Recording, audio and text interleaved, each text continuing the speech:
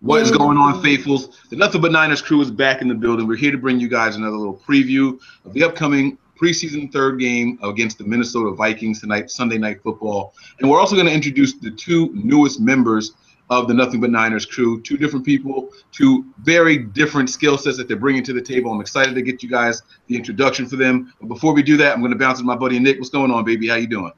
What's going on, gentlemen? What's going on? What's going on, faithfuls? Hey, man, super excited about tonight's game, man. There's going to be a lot to look forward to. But before we get into that, man, let's introduce our two newest members of the team. We actually have an additional member as well. He couldn't make it today, but we'll get him on here as well. But I'm going to start from my left to my right. I'm going to go with our first introduction, and that'll be Eric Crocker. Eric's joining us, and he's going to be our DB specialist. So, Eric, what's going on, man? Let the faithful know a little bit about yourself. Yeah, my name is Eric Crocker. I played, a number of years of professional football, including the Arena Football League. Won San Jose SaberCats, won the championship with them. Was with the New York Jets for a while. So I'm just excited to, be able to give some insight on the defensive back position and kind of, a lot of times I talk about, what going through the defensive back's mind, different things, different route concepts. I kind of understand from their point of view a lot. And, just different things. I can kind of tell you why exactly somebody got beat or why, Lorenzo Jerome wasn't able to go sideline to sideline and get over the top of Robinson, just things like that. So I'm just excited about, excited to be, a part of this team and just give my insight, man. I'm excited about that. Absolutely, man. It's going to be a valuable asset when it comes to breaking down things on the podcast and on the video cast. And I can't wait to get your insight because I personally believe that the secondary is going to be one of the bigger weaknesses of this team. I think that the front seven is going to be pretty tight, but I'm very concerned about what's going on in the secondary. So if I can get some insight from someone who's actually played the position, that's exactly what I'm looking for. So happy to have you here. And next up is my man, Teacher Mike, man. Mike is going to be someone who's going to be doing some writing for us, but Mike also does a little bit of coaching, I heard, right? What's going on, Mike? Or play calling and stuff? What's going on, man? Well, I get to be a high school and a college teacher, and I'm a local boy. I was born in Redwood City, and I live in Mountain View now.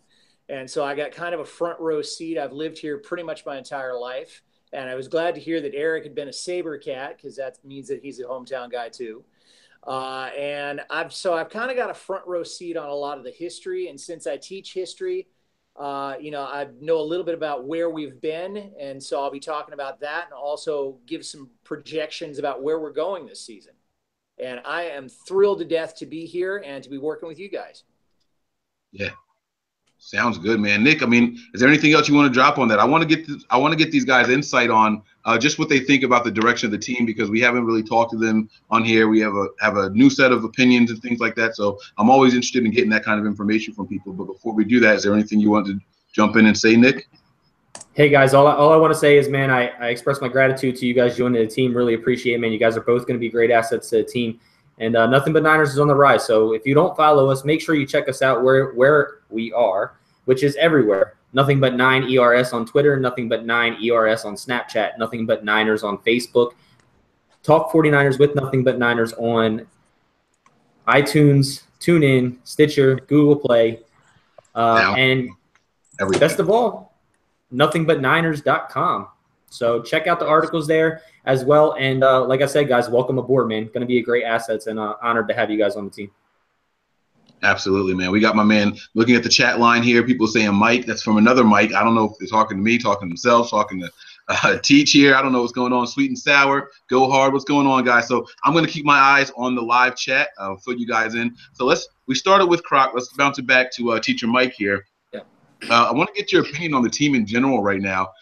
You don't have to go from, when we hired Shanahan and Lynch and things like that, but bring us up to speed on how you feel about the direction of the team. If you think there's a direction, your mood and everything, and let's just go from there. Let's talk some 49ers. Well, I think what I'm seeing so far is that the spirit is a lot better now. And it's not just attitude. What I'm seeing is that I can see a lot of the right pieces being in the right place. Whereas with Chip Kelly and with Tom Sula, I just think a lot of people felt like it just wasn't getting any better and that there wasn't a whole lot of ammunition for the team to use. So what I've seen is that there's a lot more joy in these guys than I've seen in 3 or 4 years. And from what I've seen so far, there's actually talent to back it up. It's not just people blowing smoke about the team. I mean, I'm seeing with the draft class, I'm seeing with the veterans, because they seem to be doing a lot more than they had been before. And the people I'm particularly interested in are people like CJ Beathard and Aaron Lynch. People who, have a certain pedigree, but they haven't necessarily had a chance to show us that. Tank Carradine too, and Quentin Dial. So my thoughts is that, at least the spirit is there.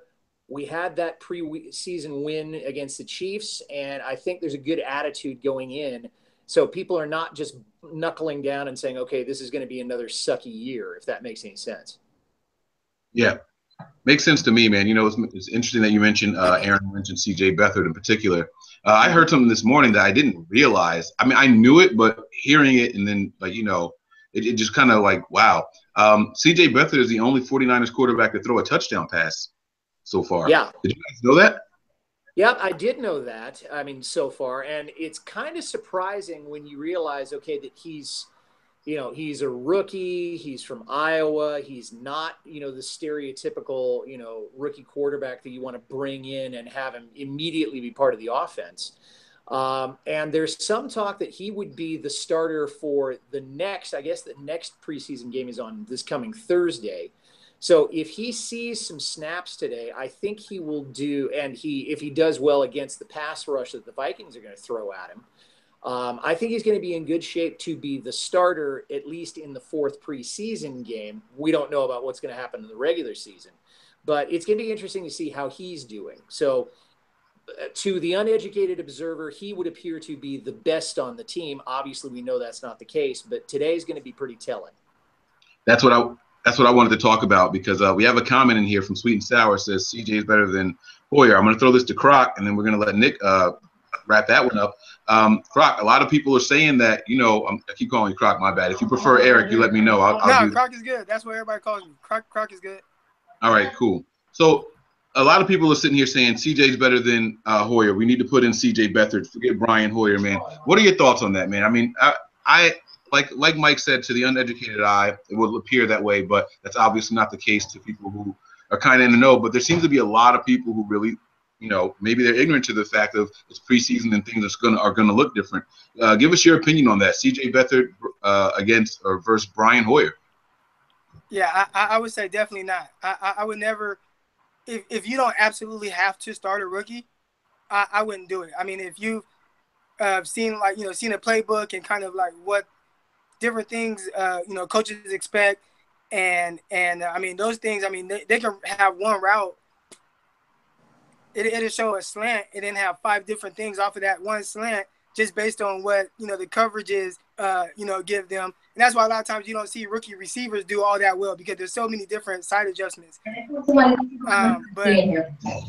if you can hold off on starting a rookie quarterback, I would, especially with a team like the 49ers, where there definitely is talent. I see a lot more talent in the skill position players compared to like last year, where we didn't have like one guy at the end of the year that was in preseason. I think we got Curly really late, and he ended up leading the team. But yeah, I wouldn't. The offensive line is more of a concern for me, and I would be hesitant to just throw a rookie behind that and think that he's just going to excel. If Hoyer is just completely trash, and you get around week 10 and you want to see what you have with Beathard, because maybe you're interested in drafting a quarterback high next year, then I give Beathard a shot. But aside from that, if they know what they have and they just want to see him develop, I would really just stick with Hoyer for now. I wouldn't be in a rush to start him off. And I mean, first 2 games we're playing Carolina. Their defense actually looks pretty strong, and then you have to go to Seattle. You can ruin the rookie quarterback. I mean, we've seen it with guys like Gabbard, and I mean, it ruins them for the rest of their career a lot of times. So if we had a strong defense and a more solidified offensive line, I would say maybe you give a guy like Beathard the chance. But on the team that we have as of right now, where there's a lot of question marks, I wouldn't do it. Stick with Hoyer. He knows the system. He's actually been asked to do a little bit more as of right now, and a lot of as far as what I've seen, a lot of things that inflates his numbers have been more catch after run. I mean, yards after the catch. It's not like he's throwing deep passes and getting 60-yard completions. They're, play action, 10-yard pass that turns into a 30-yard touchdown run by Kittle. Or, it's been more of that. So I will hold off on that for now. And, if the season's just a wash, then, maybe get him in late in the year. Absolutely. I 100% agree with you, man. You mentioned the offensive line. Now, Nick, we're going to bounce this back to you so you can give us your thoughts on Beathard versus Hoyer also. But that offensive line, I saw something today that said that the 49ers offensive line has only allowed 8 quarterback pressures in like 64 snaps. And that's ranked for number 1, according to PFF, for the preseason. Now, I don't know if that has to be the starters. I'm assuming that we've thrown more than 64 passes throughout all preseasons. That has to be the starters.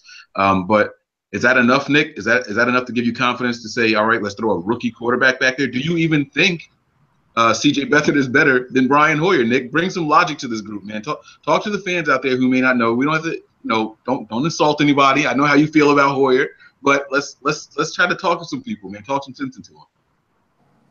Look, man, my opinion on it, and I agree with Croc, is because there's not many quarterbacks that have started their rookie year that were thrown to the wolves that have lasted in the NFL. It has broken them down. Their careers were shot, whether it be an injury or just their own confidence. Their own confidence goes down the drain. If their offensive line's not producing, their receivers aren't producing, the player himself gets broken down. And sometimes they just don't come back from that. Now, like, you can't say, like, look at Carson Wentz right now. Carson Wentz is balling out right now. He's playing. He's going to have a better year. But my eyes on the C.J. Beathard, Brian Hoyer theory is C.J. Beathard is learning himself. He's watching, thousands of hours of playbook, on the iPads and such like that. He's building a case for himself to start. Do I believe that case is for now? No. I believe that he should be groomed, he should be taught, and he should be under a veteran-type quarterback like Brian Hoyer. Whether he's better or he's not, you don't do that to a rookie quarterback. We've seen it today. DeShone Kizer is getting named the starting quarterback in Cleveland. That could make or break his season, like his career. I just don't agree with it. We've seen how many quarterbacks the Browns have gone through. And such like that. So I don't believe that right now. I can't judge Beathard and Hoyer because they've played 2 total different amounts of times in the preseason right now. They both are good with the pro style offense. I can give them both that. But like Croc was saying too, a lot of his numbers are inflated because Aldrick Robinson has a 64-yard catch. Aldrick Robinson has a 50-some yard catch. I think he has like 211 yards on the preseason, and most of those yards came after catch. Same with George Kittle, 25, 30-yard catch. Yeah. So numbers are inflated. The 3 touchdowns, yes, but you got to also understand that he's not going against the number 1 defenses either. So the pass rush in Denver, even Brian Hoyer wasn't going against the pass rush that they're going to have in Denver. The likes of Von Miller weren't there. So when he's coming in, he is playing against 2s, possibly sometimes 3s, or even lower. So, but I mean, I wouldn't throw him to the fire right now. I think Brian Hoyer, we have to see more of. I think that he does have to step up and play. If he plays 2 to 3 quarters tonight, we have to see some scoring drives from this first offense. But we'll touch base on all that. But I'm not in the likings of right now. I believe that Brian Hoyer is going to actually come out and surprise a lot of people. There's a lot of things that I like about Brian Hoyer. Other than the interception last week to Goodwin, which Goodwin should have caught or should have just dropped it to the ground if he didn't have complete control of it. And the fumbled throw, which happens to the best of us. I'm not going to say that every quarterback in the NFL probably hasn't happened to once or twice in their life. But he's being guilted for that. So But other than that, he is a quarterback that that I've been looking for in San Francisco. He's throwing the ball before receivers are out of their breaks. He said something last week, and this is the touch on what Croc said. Croc was saying how you can have a route, but there's 6 other routes off of that route, right, for receivers. So Brian Hoyer gave that to Pierre Garçon last week and said it was supposed to be a slant route. Garçon was a leader and a veteran, and instead of cutting the route to where he was supposed to go behind the safety, he cut his route short and went in front of the safety, and we picked up like 20 yards on that. And he said that was good because Hoyer knew what Garçon was going to do as a veteran, cutting that stuff in. CJ Beathard's not going to know that. So that's going to cut away from our offense as well. But just to cut short, CJ Beathard is looking right now like a future type quarterback, but I wouldn't put him in there right now. Yeah, I think we all can agree with you. And more importantly, it's the offensive lines that they're playing with. It's just a lot, man. And that's what I want to go to next. I want to go to the offensive line. I think every single one of us here agree that Brian Hoyer right now is a better quarterback and gives this team a better shot at winning than CJ Beathard. I know the hype is real. You guys said it over and over, but we've seen it right here in San Francisco. If you throw Alex Smith in there behind that bad offensive line, the NFC West is all too familiar with something like that. We saw it happen with Sam Bradford. Sam Bradford is looking like maybe he actually was a quarterback worth his weight, but you look at what the Rams did to him. They drafted him right to the Wolves, and he was destroyed, and all of a sudden he's injury-ridden and things like that. It's just a bad combination of things. Croc, I muted you. Make sure you take yourself off of mute because I want to bounce this next question to you.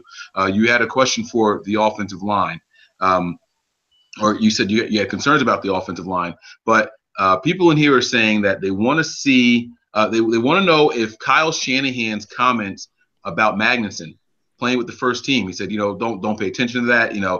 Sometimes a starter needs a breather, so we just send them in, really quick. So don't pay attention to the picture that you saw. That was a one-time thing.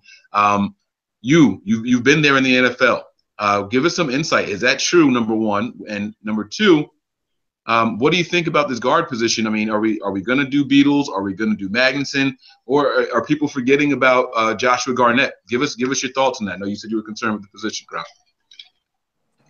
From everything that I've read or seen, I think most people would agree that our interior offensive line is, I know you talked about the secondary, but that is the absolute weakest part of our team.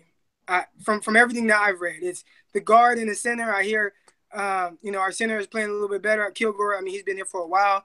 But the guard play, I think even when Garnett was healthy, from what I read and what I saw from training camp, he wasn't doing all that well. So I think that's definitely Magnuson. I mean, I'm pretty sure he's really the opportunity is there for him to take it. He just has to take that next step and really dominate. If he shows anything, if he's in there with the ones and he shows something, a Fusco or whatever, and Garnett, those guys would be in some trouble. And so I want to ask you, Mike, also. And you're absolutely right, man. The interior line, especially in running, pass blocking seems to be okay. We have another question here about the offensive line, and it's more importantly, are we going to see Matt Breida, or Joe Williams running behind the starting offensive line tonight? So, Mike, I want to get your thoughts on that, and then I'm going to bounce it to Nick, because Nick, I know there's another running back that you want to talk about also, and his future with this team. But Mike, in the meantime, number one, your concerns with this offensive line. I think that Eric might be right. I think that might be a bigger concern than the secondary. And then, what are your thoughts on the offensive line? Who do you think should end up being the guards? And do you think that we're going to see these young rookies playing behind the ones tonight? Well, I think Eric's right on about the O-line. It is something that is improving, but very slowly. Over what it was under Tom Sula, and it was marginally better last year, but now you've got yet another set of cards in the deck. I've always liked Josh Garnett. I know he had a really thready rookie season. chalk that up to just nerves and just learning how to play in the NFL. Now, he is injured. He's going to be out. Maybe we think he'll be back for week 1. Maybe he won't be. I kind of hope he is, because I think he needs to be given the chance to excel with the new management, with the new scheme. Now, you mentioned Eric Magnuson. I think he also deserves a shot. The thing that I'm worried about with him is that he does tend to get behind in pass sets. And so if he's not able to deal with the kind of offense that Shanahan wants to do in the pass sets, then he's just going to get run over. But those are the ones that I've looked at most intensely. Now, you mentioned Breida. I've written a few things on Breida, and I'm absolutely crazy about the guy, everything I've seen about him. By the numbers, I like him better than Joe Williams. I haven't seen enough of Joe Williams to really compare the two on the field, because Williams hasn't gotten as many snaps. But I think it's going to be intriguing. And so my eye is going to be on Breida to see, okay, there's the hype. And so now it's kind of, okay, he do it in a game situation as well as he's been able to do it up to now, and in camp particular. Yeah. So, Mike, there you go. So I was just go ahead. He's muted again. You're muted.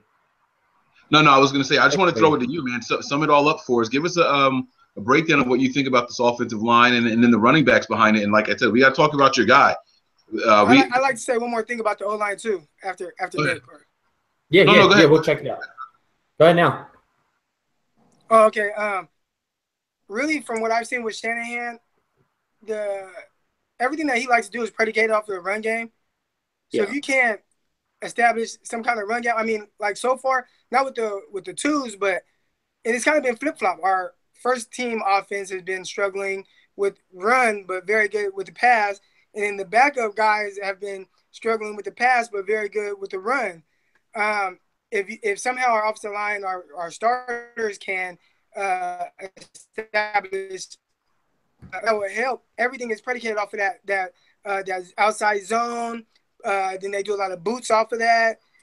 If you can't get that going, you're going to play behind. And even we saw that last game with Hoyer, which he actually did a really good job playing behind the sticks. I mean, 3rd and 10, 3rd and 12, and he's completing passes downfield. But if, we watch a team like the Cowboys last night against the Raiders, everything is 3rd and 4, 3rd and 3, very manageable. And that's why you see a higher success rate with Dak Prescott.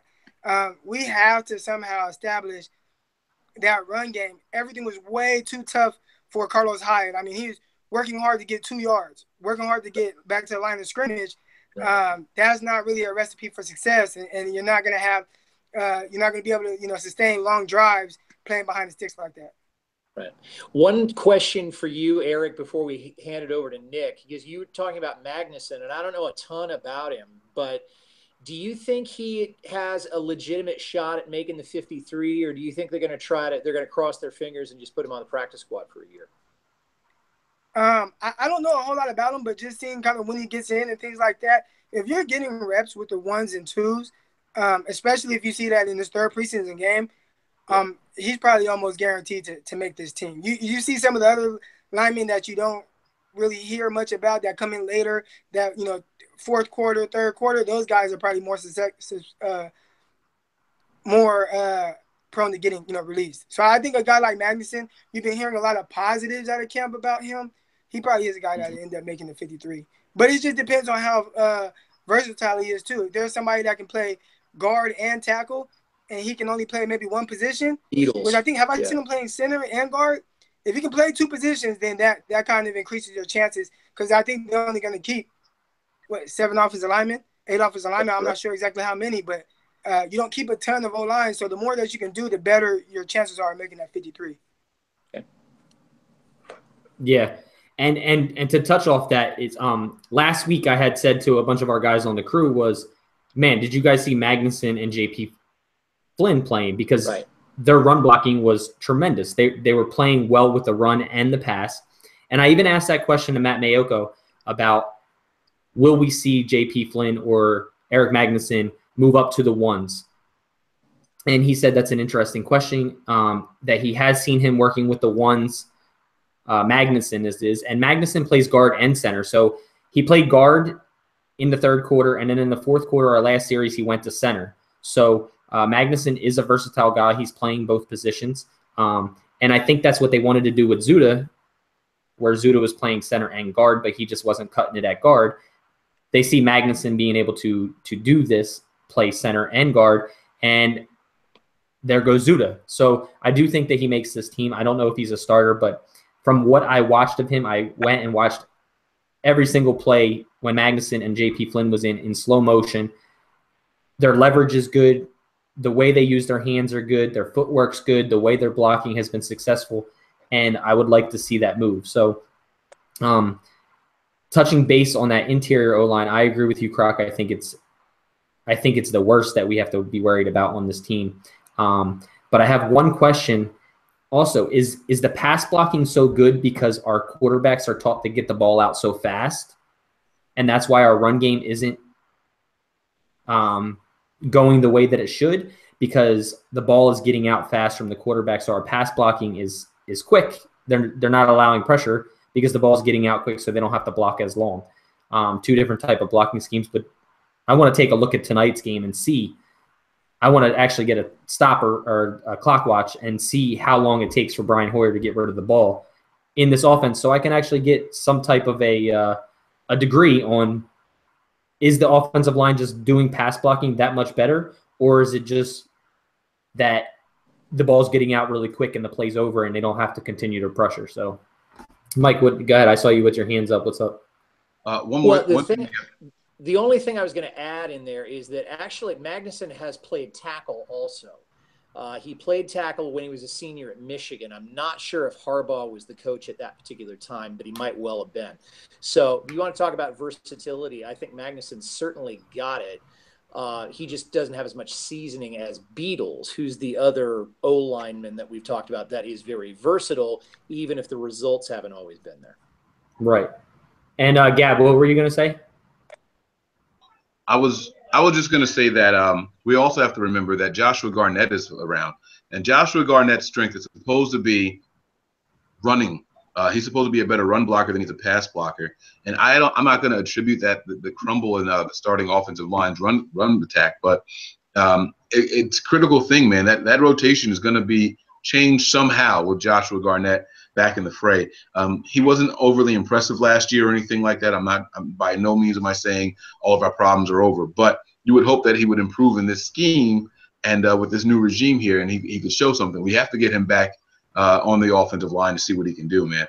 But again, go ahead. To say with the run blocking, I want to ask you about your guy, man. I want to ask you about these running backs. Yeah, so Mike knows that I'm a big believer that Tim Hightower is going to make this team. I think that he's going to make this team because I personally wouldn't go with a veteran who has been injured and two rookies. I would go with somebody who knows this type of system, has played under this coach as well. Yes, he's 31 years old, but I still think, he didn't help me out very much with his first carry last week with a fumble, but I still think forward progress should have been blown. He was held up a little bit for a while, but that's not just defending him. I think Hightower does have a lot to offer, especially with his pass catching abilities out of the backfield as well. And I do think that we'll carry four running backs this year, because you can't worth it to put Breida or Williams, get rid of them, because obviously they're going to be two good running backs in this league. But I don't know, Croc, what are your expectations for Tim Hightower? You think he makes this team or he doesn't make this team? I think that's a big possibility that he doesn't make it. The reason being that they didn't play. I mean, Joe Williams got a couple carries late in the game, but it almost was like his little trial period. I think if that was their mindset of, oh, he's making the team, he would have played it, and you would have seen Breida and Williams get their normal carries at the end. But it was almost like they wanted to see, like, okay, we kind of know a little bit of what we have with Breida and Joe Williams. Let's see what Hightower does with his time and it didn't look very good to me.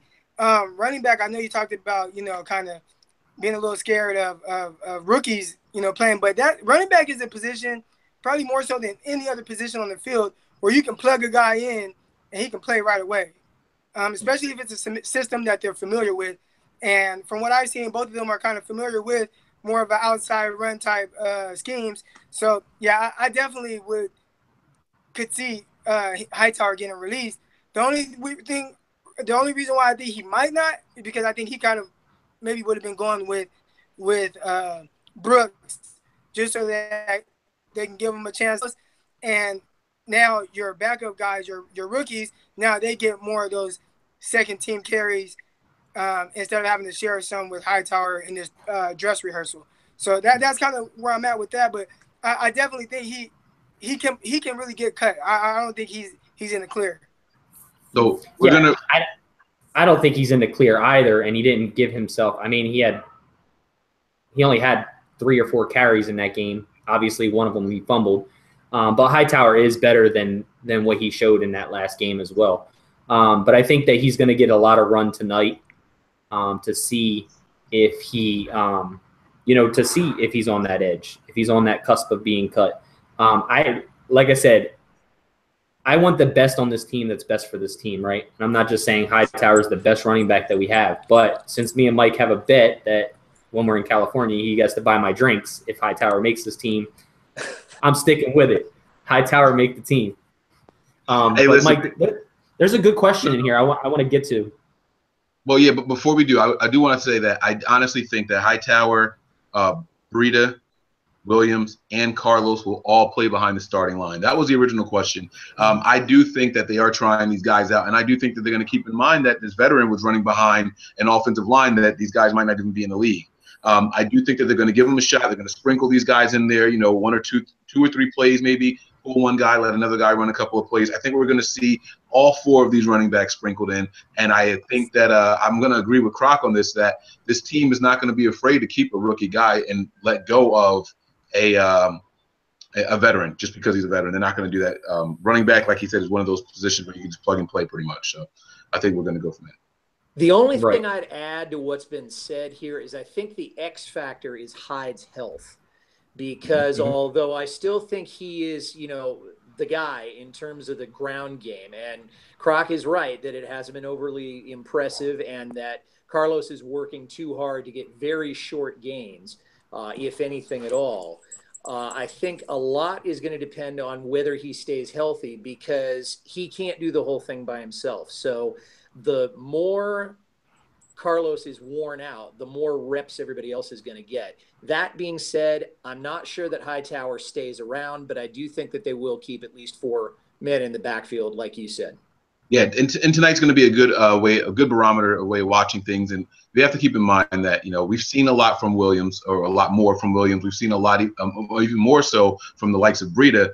Carlos Hyde has only carried the ball 10 times. He's 10 carries for 26 yards in the entire preseason. So, I think a lot of people are overreacting, saying, "Oh, he can't do it, he can't cut it." 10 carries is 10 carries. We have to be patient. I think tonight's going to be a good barometer for all that. Nick, I know you said there was a question you wanted to get to, so let's go ahead and do this, man. What was that question that you wanted to jump on? There was actually 2 good ones. One was, why did we sign the defensive tackle from Jacksonville? Is someone not looking good on that D-line? Is that why we signed it?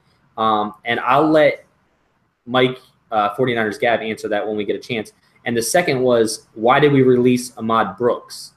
And we'll let Croc and Mike give us their opinion on why we thought that we released Ahmad Brooks. So, Mike, what do you think about signing this defensive tackle? I don't have any ammunition on that. I haven't really read very much about this guy. So I'm going to have to defer to my colleagues here, because I don't know a whole lot about him. And I don't want to, spout off about something I'm not an expert on. So I'm going to leave it to you guys on that. I mean, honestly, I think it's less about him and more about the position itself. I think that there's a couple of injuries that are lingering. We got to get through preseason. I think it's a matter of bodies being available in camp. I know that whether you consider defensive tackle, defensive lineman, whatever it is you want to call them, and these guys, there's some injuries there. We don't know what's going on with Buckner. You know what I mean? Ronald Blair is still not able to play yet. And if he is, that's news to me. But there's a number of injuries along that defensive front. We don't want to overwork the guys that we think that we're going to take in there. Everyone knows, well, at least if you listen to a bunch of podcasts like I do, one of Kyle Shanahan's biggest fears is losing guys in preseason over meaningless games. And so he's not going to overwork these guys. Bring in some guys of depth so you don't have to use other guys. He talked about how much he had to use. Who was it he was talking about in the presser? He said, I had to use him more because of an injury to someone else, and I really didn't want to do that. He gave him more snaps. I don't remember who it was, but it was a presser from just last week. Solomon Thomas. Yes, exactly. That's what I think Solomon Thomas in the first preseason game. Yeah, he was talking about how he had to use him more because Ronald Blair got injured, as a matter of fact. So those are the kind of things that he's going to try to avoid. I think it's less about the guy. The guy, as far as being a system fit, I think that's about it. It's familiarity with the system. As far as the position goes, but that's about it. I think it's more about, we just got to keep these guys healthy and get them through the remainder of this preseason. Yeah, I agree on that too. I agree that the body get through the preseason, let Buckner and all them get healthy. But before I was going to do my 53, I had said to you guys, I was like, yo, man, I really think Ahmad Brooks is going to be released. And like a day and a half later, he was. So, Croc, what is your feeling on Ahmad being released? Like, why do you think the team did that, and why do you think they're ready to move forward? I was kind of hurt by that. I think I like Ahmad Brooks a little bit more than most people. I've seen a lot over the last 2 years, people just wanting him going because, he gets paid a little bit more. But I think right now with the cap space we have, his $9 million or whatever he was getting, that's not going to hurt the team. Yeah. 6 sacks for sure, per season. And I like his attitude more than anything. He's a tough guy. And I don't think Buckner – I think very talented. Armstead talented. Like, those guys are talented. Solomon Thomas talented. But they're not mean guys. They're not guys that, if a fight's going down, I don't know if they're going to – but I know Ahmad Brooks is going to be right there. Let me just – So I think – go ahead. Let me just cut you off real quick because there was just a thing that that Jaquiski Tart will start instead of Lorenzo Jerome tonight instead of Jimmy Ward. Ooh. At Jimmy Ward's position. So Jaquiski Tart is getting the start at free safety. So, Okay. I'll touch on that, but to go back to Brooks, I think right now it comes down to what, like I said, versatility. Brooks is not a special teams guy. I think they wanted to figure out a way to, get Eli Harold, who his numbers haven't jumped out like on paper, but as far as doing his job on the field, he's been doing very well. And then you have a guy like Dakota Watson, who has been doing well. And those are two guys that will heavily, contribute on special teams. So, Dakota Watson, Harold, they feel like they can get the same type of, with that Sam Backer position, you got to be able to set the edge. And they've been able to do that. So, special teams set the edge. I think that's what they're looking, for. And Brooks isn't that guy, I guess, anymore. Or, I might as well go with the youth. Yeah. And I think there's another intangible aspect to the Brooks release, and that is that the new regime, if you want to call it that, isn't going to be sentimental about people that have been there for a long time just because they have been there for a long time. Okay. And now Croc is absolutely right. Okay. It's relatively chump change what we were paying Ahmad Brooks. So I don't think money was the issue. And I also agree that if there was a fight, I think Ahmad Brooks would be one of the first people to do a lot of the scrapping. But I think the new regime did have a lot of faith in Eli Harold. They had more of it than they had in Ahmad Brooks. And I think they just decided it was time to take a different route. So it's not an easy thing to measure, I grant you, but that was just the sense that I got, in addition to everything else that's been said here. So I agree with you guys on that. And it's funny because, Croc, I wasn't not a fan of Ahmad Brooks either because he always guaranteed 6 to 7 sacks a year. But I think we all have sat here and said, oh, this is the year Brooks doesn't make the 53. Oh, this is the year that Brooks hasn't made the 53 because of that big-time contract. But we've all come to find out that his time has ended here. And like Teach, you were saying was this new regime doesn't have anything to hold with these guys. So, and we see that by all the numbers being released to these new players of the old regime. 7-2, 97, 94. You know, you can go through the numbers. So that was the thing that me and Mike were going to talk about before. But yeah. So also the only other players not expected to play tonight is Burbridge, Redmond, Ward, and Garnett. So I don't know if Buckner's a go, and Aaron Lynch. So we'll see. Let's talk about this upcoming game in particular. I want to start with Aaron Lynch really quick because I think Aaron Lynch has to have a big night. I like Aaron Lynch for the same reasons that I like Ahmad Brooks. That tenacity, that nastiness. Those are guys that you're just not going to push around. They might not be able to beat you, but you're not going to just bully those guys on the field. And if you do, they're coming back with a vengeance. And I like that from those guys. And I know that Croc was saying that Aaron Lynch was a concern of his. I want to find out why. I think Aaron Lynch is going to be motivated this year, and I think he's going to be able to put up some numbers in this game with this new scheme. Let's get your guys' thoughts on Aaron Lynch and what we can expect to see from him tonight if he indeed is suiting up. Let's start with Croc. Aaron Lynch, man, if I were starting a team, he wouldn't be a guy I want on my team. I think he's super talented. He probably has some of the more natural talent of, pass rushers in this league. But just his mindset.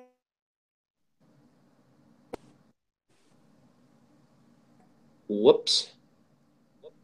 All right, am I back? We can hear Hello? you. Go ahead. Okay, I got a phone call.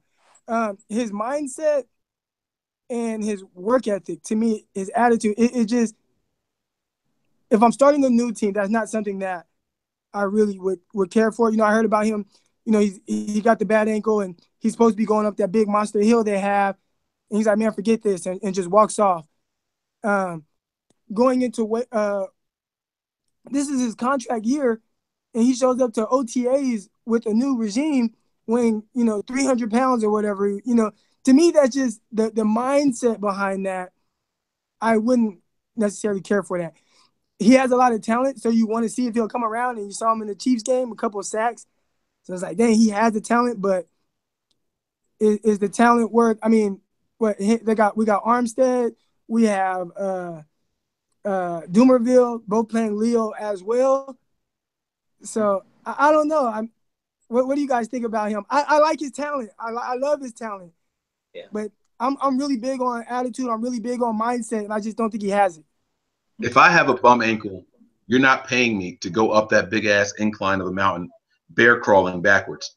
I'm not doing that on a bum ankle, and I'm a 300-pound guy. I'm not going up that mountain at all. And in fact, I think it's stupid for the trainers to ask him to do that, knowing he's got an ankle injury. I can guarantee you they're not asking Buckner to do it. Just because I'm drafted in the 5th round, don't mean that my injury is any less significant than his. Right. For Aaron Lynch, it's the weight that bothers me, but it's also his endurance. Okay. What I've seen of him is that he tends to run out of gas in the second half. And some of that is because he's got to carry that extra bulk around. That didn't help.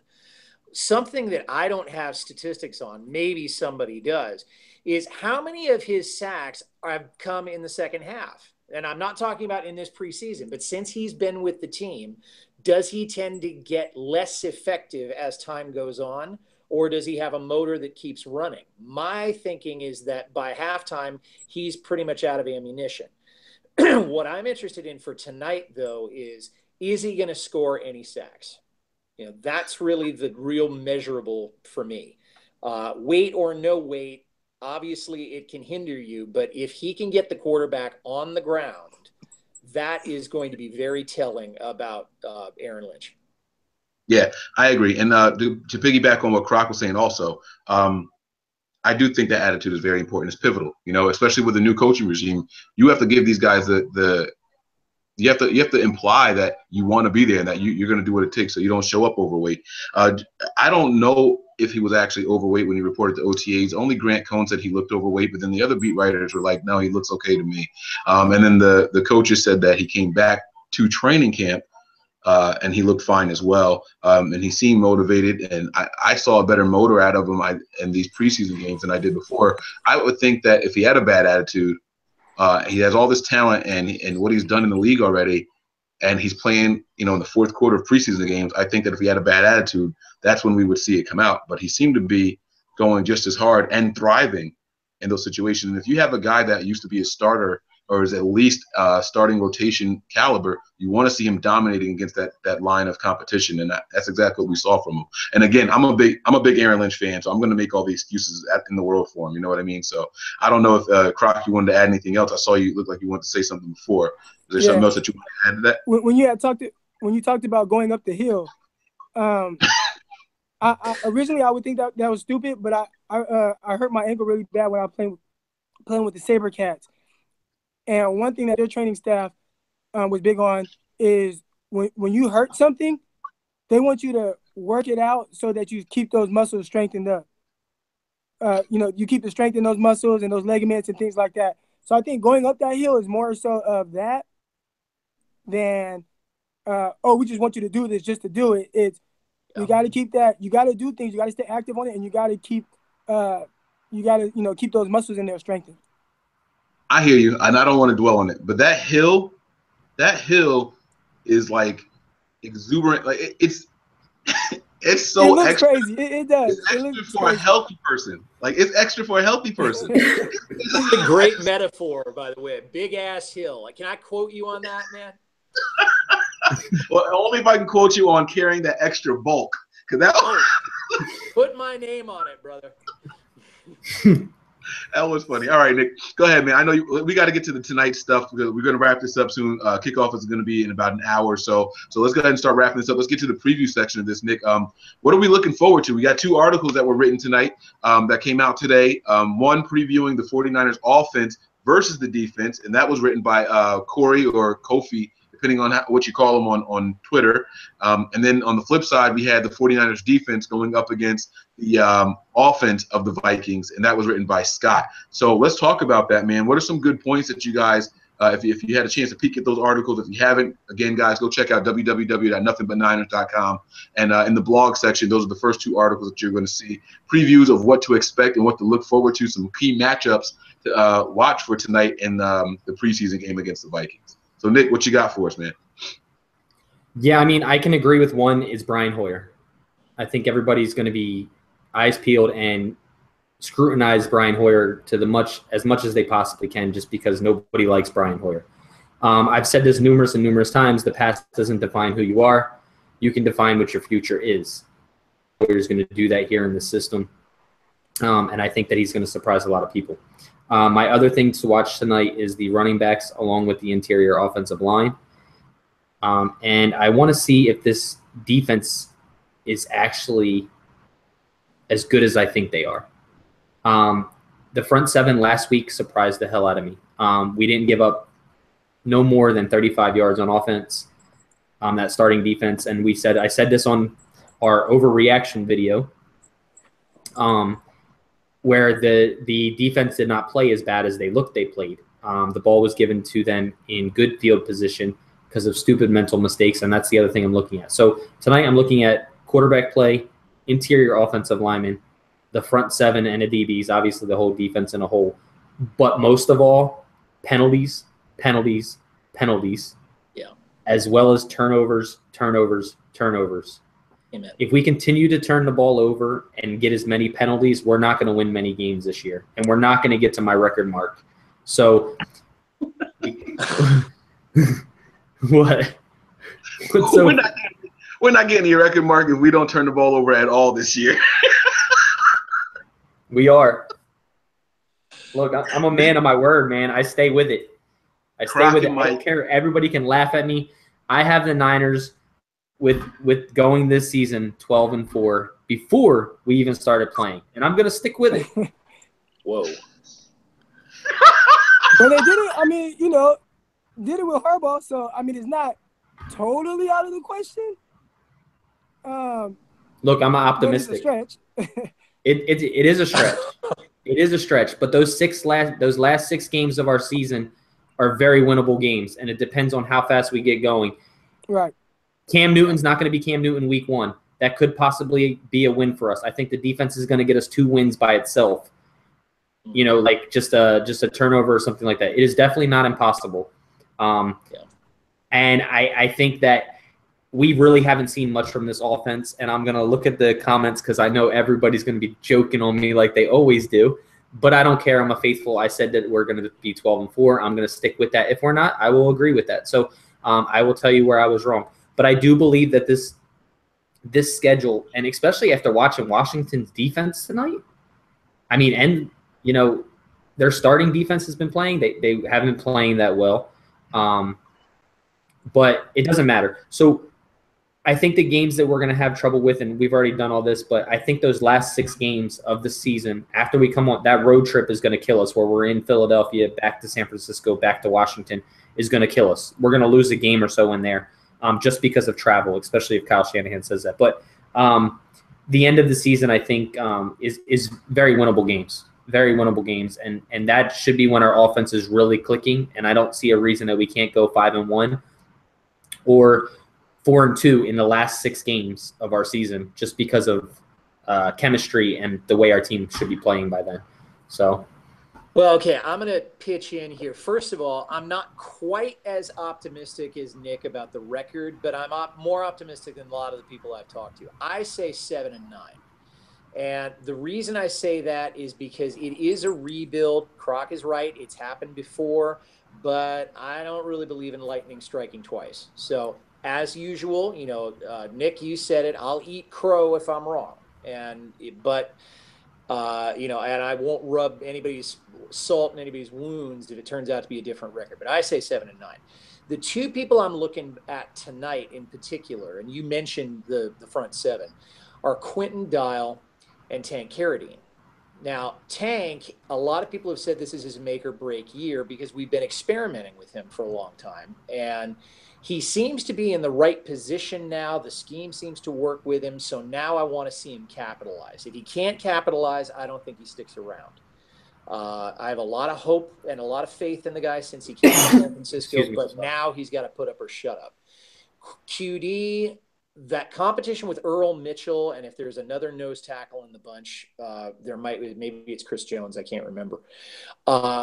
Is that going to bring out the best in him? How's he going to operate against the run in a 4-3?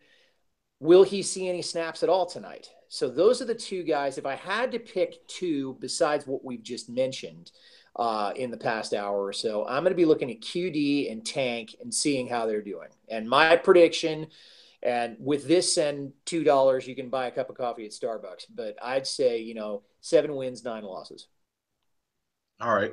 Now, Croc, how about you, man? Since it's your first time joining us and letting the faithful viewers on the YouTube channel see you, give us your record prediction and give us 2 people. I tell you what, give us something on each side of the ball that you're looking for tonight on offense and on defense.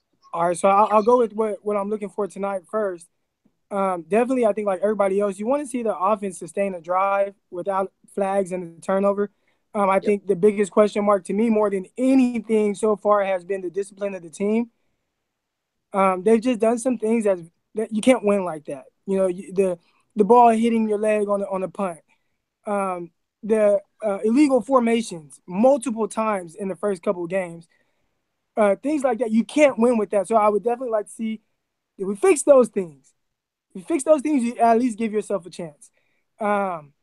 So I definitely want to see that. And then another thing I'm really looking for, or 2 more things on the other side of the ball, is how does our front 7 get after the Vikings? Because their offensive line is very poor. So can our front 7 dominate a very poor Vikings offensive line? I would like to see that. And, you know, of course, our defensive backs against guys like Stephon Diggs, who's, you know, he's a little quicker, shifty, and things like that. Those are the kind of guys we've had a little bit of problems with. Can Rashard Robinson, you know, man up and play more, you know, a little bit more of his has he been working on some of his technique and things like that? So, I like to see that. So the offensive line, can we get some consistency and not the bonehead plays? Can our front 7 get after a bad Vikings team? And our secondary, how do they do against a very efficient Bradford and some, you know, pretty talented wide receivers over there? I like Thielen, or whatever his name is, number 19, the white dude. I like him too. So it'll be a good test. And then overall with the record, I don't like to put a cap on how many games I think we can win because, like I said, you know, going back to the hardball years, if you look Most people predicted us to win 5 games that year. If you look at the preseason, we didn't look very strong in the preseason. I went back today and looked at the scores from those games. I think in this game, in the dress rehearsal game, we only scored 1 touchdown. So it wasn't like we were really strong in the preseason. But so I don't want to put a cap on how many games I think we can win, but I'll say we won't win less than 6 games. I think 6 games is the floor for us. I've seen a lot of people say, "Oh, 4 wins or 3 wins and all that." I don't believe that. 6 games is the floor. I don't want to put a cap on how many games we can win. I like it. I like it a lot, man. I'm not gonna lie. You're spot on with everything, even down to my prediction. I'm not gonna lie to you. I started my prediction with 8 wins, but I'm not there. The turnovers, and more important than the turnovers, honestly, I think a lot of the turnovers were flukes. I'm not even sure that ball actually hit Tart's leg. Brian Hoyer, that ball popping out his hands, that's not something that's going to happen every 3 or 4 games in the NFL. I'm not worried about that. But what I am worried about, the flags. The flags are coming from starters. They're coming from lining up. I mean, these are a lot of mental mistakes, and not for nothing. Mental mistakes, they're easy to correct, but they're also the ones that tend to be snowball downhill quickly. You make one, and then you start beating yourself up, and they just get worse and worse. So the penalties are something that I am truly concerned with. And if we're giving up over 100 yards of field every game, I mean, we can't win. We can't. If the average football game is decided by one score or less, and we're giving up an entire length of football in penalty yards, we're taking ourselves out of those games. So I had us originally at 8-8, and I said I was going to let preseason dictate the way I was going to make my prediction. Right now, I'm at 6 wins. Again, I will be happy to be wrong. I pray that Nick is right, but I gotta. If I'm putting money on the line right now, I can't. I'm going to take the over. Vegas only has it at 4.5. I think this team has more than 4.5 wins as far as talent goes on its own. So I think with good coaching, but coaching, part of that is getting these penalties under wraps. So my players to watch for tonight, I'm going to start on the offensive side of the ball. It's going to be Carlos Hyde. The Vikings still have that porous run defense. I'm looking forward to seeing Carlos Hyde. We saw what he did against the Vikings 2 years ago. What was it, 168 yards, 2 touchdowns week 1 when we played against them on Monday Night Football. And the Vikings defense looks like it's ready to let him do that again. Everyone's been talking about Carlos Hyde and what he hasn't been able to do again. Those 10 carries for 26 yards in total, the 2.6 yards a carry. Now's the time. Like, this is when I want to see Carlos Hyde turn it up. He should have confidence coming into this game, knowing what he's done against this team before. So I want to see what he can do. He's one of my guys that I'm going to be paying really, really close attention to. I think he's going to be healthy this year too, only because I don't see him getting run into the ground like we did before with Tom Sula and with Chip Kelly. I know for a fact that one of the things that Kyle Shanahan does is he keeps a healthy rotation there. He's not afraid to give guys breathers, and so he's going to do that. I think he's going to do it more out of necessity than anything, but I still think it's something that he's willing to do. So that makes me feel a lot better. And then on the defensive side of the ball, I mean, there's a lot that I want to see. I want to see the secondary get better like everyone else. But if I'm gonna focus on one player in particular, knowing what Nick said, it's going to be Jaquiski Tartt. I really like what I was seeing from Lorenzo Jerome. As long as the play was in front of him, it seemed like Lorenzo Jerome was a great downhill player, very instinctive. He had the nose for the ball. I was really looking forward to seeing him tonight against the starters, against an efficient Sam Bradford. But now that Jaquiski Tartt is getting the start instead, I'm going to be paying a lot more attention to that now. I want to know what the coaching staff sees that they're feeling comfortable enough to switch those two. So it could just be about the versatility. And seeing Tartt move around. We've heard that Tartt can play a little bit of linebacker, strong safety, free safety. So I want to see what he can do. I'm going to be looking at that just out of curiosity. And the main thing that I want to see from this defense is going to be I lost my train of thought. Opportunity. I used to watch the Seattle games and think all the time, man, it seems like every bounce, every tip ball will find their defenders. I'm noticing that this season, the players are in place. A lot of these tip passes should be intercepted.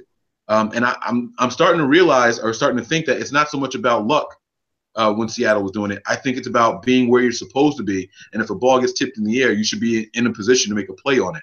And I think that's something that we're going to be looking for.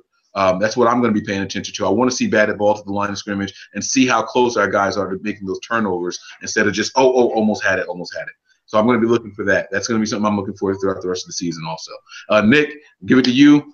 Give us your final thoughts and everything and take us home, man. Let's go ahead and wrap this one up. All right, I want to add one more player that I forgot, and this guy hasn't impressed me at all. But just the way that he's playing, his leverage isn't correct. He's playing straight up. Is Eric Armstead. Oh. Eric Armstead. He is playing straight up. He's getting, he's like kind of like trying to block and bull rush with his shoulder instead of extending his hands, using his hands. So he's a player I want to watch tonight. But like you said, Mike, opportunity. I agree with that. 11 hats to the ball, man. And we've been seeing that. The team has been hustling to the ball. All 11 guys have been hustling to where the play is or to make the tackle. I am excited to see Jaquiski Tartt get a chance and play at that position as well. With him not starting, with Jerome not starting or Ward not starting. But overall, man, I just want to see disciplined football like Croc said. I agree with Croc on that. And I want to see, I just want to see sustaining drives. I want to see Hoyer score a touchdown. I want to see the running backs be able to establish a run game. And I don't want Kyle Shanahan to tip his game hat or whatever things that we're going to be doing, because I'm not worried about preseason because I know it's not game planned, and I think we're going to see a lot more out of this offense once the season actually comes around. But I do want to see that sustained drive. I want to drive down the field, discipline, stuff like that. It was funny because somebody had said in the chat, I just want to bring this up real quick, if penalties continue to happen, hell, Kyle Shanahan might cut himself. So I thought it was kind of funny, but I got to laugh at that one. But yeah, I just want to thank everybody for joining us in our live chat as well. You guys are all faithfuls, man. You guys are always here for our show, supporting. You guys know where to find us. I'm not going to go through all that, but we're about 45 minutes out from game time. So everybody check and, watch that game. But I'm pretty sure me and Mike are going to do an overreaction video again as well tonight with a couple of our members. If Croc or Teacher are available, you can jump on with us as well. That is where we basically just go. Go ahead. What's up, Mike? That's exactly it. I wanted to hit on what the purpose of the overreaction videos are. A lot of people see it and say, "Oh my God, you guys are stupid. I can't watch this anymore." You ever go on Twitter after a game, a preseason game, and see people, "Oh my God, this guy is falling. This guy is falling." That is the purpose of what we're doing. That is precisely the purpose of everything that we're doing. You guys. I did that with Rashad Robinson. So I had an overreaction in the first game. And, Nick. And then after I thought about it, and I was like, you know what? He's young. He's only 21, 22 years old. He started 6 games last year after being out of college football for 2 years or whatever. Let this guy develop. I think he just gets a little overhyped, but I think he can be very good. So I did overreact on that on Twitter. Like, gosh, this is what I was talking about. But that's one guy. Rashad's going to be all right. He's going to be all right. Yeah. So Nick said to cut him on the overreaction show.